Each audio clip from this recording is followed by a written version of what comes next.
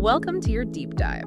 We're really diving deep today into the America's Cup. You've sent us a ton of stuff on it, articles, analyses, even some thoughts on where the competition might go next. So it sounds like you're really interested in the cutting edge of sailing, the technology, the tactics, everything that makes this event so special. Exactly. We're excited to really dig into these AC-75 yachts, how they're changing the game for match racing. Plus, we have some hints about what's next for the Cup itself. But first, can we talk about how incredible these AC-75s look? They're like something out of a futuristic movie. They are something else, aren't they? Yeah. But it's not just about the looks. The material you sent really gets into how these boats are revolutionizing match racing. Right. It's like they're rewriting the rule book. Exactly. Imagine it, like classic match racing maneuvers, the hook, Yeah. where one boat tries to block the wind of the other, or circling, where they're battling for position. Now, picture all that, but at, warp speed. It's hard to even imagine. These AC-75s can go from almost a dead stop to 37 knots in just 10 seconds. 37 knots. That's insanely fast. It's like they're not even sailing anymore. They're flying. And speaking of speed, did you see the part about how quickly they can turn? Apparently, they only need 100 meters to bear off downwind. I mean, that's unheard of for a boat that size. It's unbelievable, right? And that kind of agility opens up a whole new world of tactical possibilities during a race. So it's not just about raw speed. It's about how you use that speed to outmaneuver your opponent. Exactly. Take the gating maneuver, for example. Yeah. You have two boats approaching the starting line. One's on port tack, meaning the wind's hitting the left side of the boat, and the other's on starboard tack, wind on the right. Now, the boat on port tack, they usually have a 10-second window to cross in front of the starboard tack boat. Right. That rule is there to help prevent collisions, especially in those tense moments before the race even starts. Exactly. But you see, with these AC-75s being so quick and responsive, some people are saying the 10-second delay is, maybe it's a bit outdated. Interesting. So are they suggesting getting rid of it altogether? Some are. They argue that it could make those pre-start maneuvers even more intense, even more aggressive. I can only imagine. Those pre-start battles are already some of the most exciting moments in match racing. Seeing these boats weave around each other with even more on the line, that would be something else. It would definitely add another layer of strategy, another layer of risk. But of course, there's always the safety aspect to consider as well. Of course, you can't forget about safety. These boats are incredibly powerful. A collision at those speeds would be disastrous. Precisely. It's about finding that balance, isn't it? That sweet spot between creating an exhilarating spectacle and ensuring the safety of everyone involved. It's like they're trying to find that perfect balance between the traditions of match racing and the raw potential of these incredible foiling machines. It's a fascinating dilemma. It's really amazing how these AC-75s are pushing the boundaries of what's possible in sailing. And speaking of the future, our sources also delve into the future of the America's Cup itself. The next event is planned for 2026, and there's a lot of talk about what it'll look like, especially what kinds of boats we might see. It's the big question, isn't it? You mentioned the AC-40s possibly playing a bigger role. Right. The AC-40s, for anyone who doesn't know, they're like smaller versions of the AC-75s, right? Yeah, exactly. They're designed to be a little bit more accessible, more for training and development. Kind of like the difference between a Formula One car and a Formula Two car. That's a great analogy. Both are high performance. But the F2 gives more drivers a chance to, get a taste of that top-level racing. So is there a chance we could see the America's Cup raced entirely in AC-40 someday? It's definitely possible. They're incredibly fast and exciting to watch. Plus, their size might let them race in places where the massive AC-75s just wouldn't work. That makes sense. But I imagine some people would miss the sheer scale and power of the AC-75s. Those things are just in a league of their own. Oh, absolutely. There's something awe-inspiring about watching those boats fly across the water. It's a spectacle. Totally agree. But it's not just about the size, is it? Our sources also mention the possibility of switching back to a displacement class, something like the classic 12-meter yachts. Right, a return to the roots of the America's Cup. It would be a huge change from the foiling action we've been seeing. Yeah, it would be like going from, like a fighter jet back to a classic propeller plane, both amazing in their own way, but a completely different experience. Exactly. It raises an interesting question. Do you embrace the future with all the technology and speed of foiling, or do you try to preserve the traditions that made the America's Cup legendary?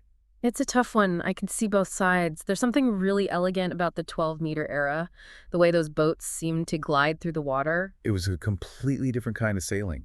Those sailors had to be so in tune with the wind and the waves. It was like a chess match out there. It sounds almost meditative compared to the intensity of foiling. Right. But that's what's so fascinating about this debate. The 12-meter era was all about this pure connection between the sailor and the elements. The AC-75s, on the other hand, with their foiling technology, they represent just how far we can push the boundaries of what's possible. It's like comparing a classic acoustic guitar to a state-of-the-art electric guitar. I love that analogy. Both can create incredible music, but they do it in totally different ways. It's all about what kind of experience you want to create. Exactly. So with the America's Cup, is it more about pushing the limits of technology and speed, or is it about honoring the tradition and artistry of sailing? And do you cater to the longtime fans who love that classic style of racing? Or do you try to bring in new audiences with the sheer excitement of foiling? It's such a complex issue with no easy answers. I mean, is there even a way to find a middle ground? Could you design a boat that combines aspects of both foiling and displacement sailing? Now, that's an interesting thought. Imagine a boat that could fly on hydrofoils at high speeds, but also had to sail traditionally in certain conditions, maybe for tactical reasons. That would be amazing. You'd need sailors who were incredibly versatile, able to switch between those two styles of racing seamlessly. It would be a true test of skill. And wouldn't it perfectly capture the spirit of the America's Cup? It's always been about pushing the boundaries, exploring new ideas. It would be incredible to see, but ultimately it's about more than just which boat is faster. It's about what kind of spectacle they want to create, what kind of message they want to send about the future of sailing. Absolutely. And we can't forget about the other aspects of the Cup. Your sources mentioned continuing the Women's America's Cup, which is fantastic. It's great to see them making strides in inclusivity and growing the sport at all levels. It adds a whole new dimension to the conversation. It really does. It shows a commitment to the future of sailing, not just in terms of technology, but also in terms of who gets to participate. Exactly. And on that note, we also have to consider where this next chapter will take place. New Zealand seems open to hosting again, but it sounds like the organizers are looking for a location that offers a bit more predictability. Right. They need a venue that can handle the logistics of the event, a place with reliable weather conditions. It's about minimizing uncertainty and delays. So it's more than just finding a beautiful location. They need a partner who's ready to help make this event a success. It makes me think of the Olympics, how cities used to go all out building those huge stadiums and everything. Then afterwards, a lot of it just sits there unused. Right. It can be a huge burden on the host city. Exactly. It feels like the America's Cup organizers are trying to avoid that this time around. Definitely. Hosting the America's Cup is a huge responsibility. It takes a lot of planning, a lot of resources. Yeah. You have to think about the environmental impact, too. Choosing the right location, it's about finding that balance, making sure everyone benefits in the long run. It's about thinking beyond the actual races themselves. Absolutely. The America's Cup should be a force for good, leaving a positive impact on the host city and the sport of sailing as a whole. It sounds like it's about so much more than just who wins and loses on the water. Exactly. At its heart, the America's Cup is about pushing the limits of what's possible. It's about innovation, sportsmanship, and that constant drive to be better. It's a story of human achievement, really. And like any good story, it needs the right setting to truly shine. The host city becomes part of the narrative, part of the legacy of that cup. When you put it that way, it really adds another layer to the decision of where to hold the event. Absolutely. It's not just about finding a place with good wind and deep water. It's about finding a place that understands and embraces everything the America's Cup represents. And what it could represent in the future. Exactly. And that's what makes this competition so fascinating. It's this unique blend of sport, technology, history. It's about national pride, even international relations. It's a global stage where tradition meets innovation. And as you've seen, it's constantly changing, always pushing the boundaries of what we thought was possible on the water.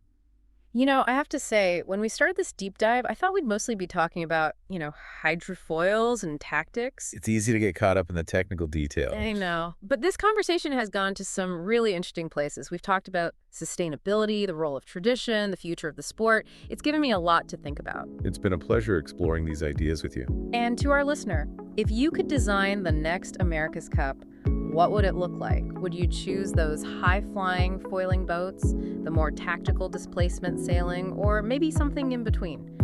What kind of legacy would you want to create for this incredible sport? Until next time, keep exploring, keep asking questions, and happy sailing.